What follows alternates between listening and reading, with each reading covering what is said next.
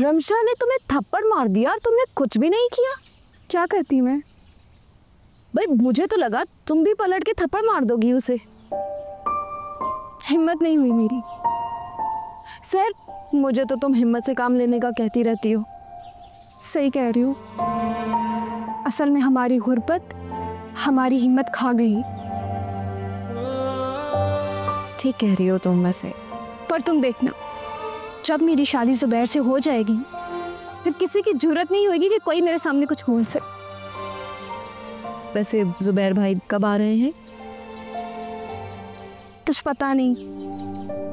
अम्मी कह रही थी कि जब मेरी तालीम मुकम्मल हो जाएगी तब वो फूफो से बात करेंगी। तुम बताओ, तुम्हें लड़के वाले देखने आ रहे थे ना, क्या बना, पसंद कर गए? हाँ कर तो गए हैं। आज अम्मी और खालिद भाई जाएंगे उन्हें देखने। कैसा लड़का? पता नहीं, मैंने कौन सा देखा है उसे। क्या मतलब, तस्वीर तो देखी ही होगी।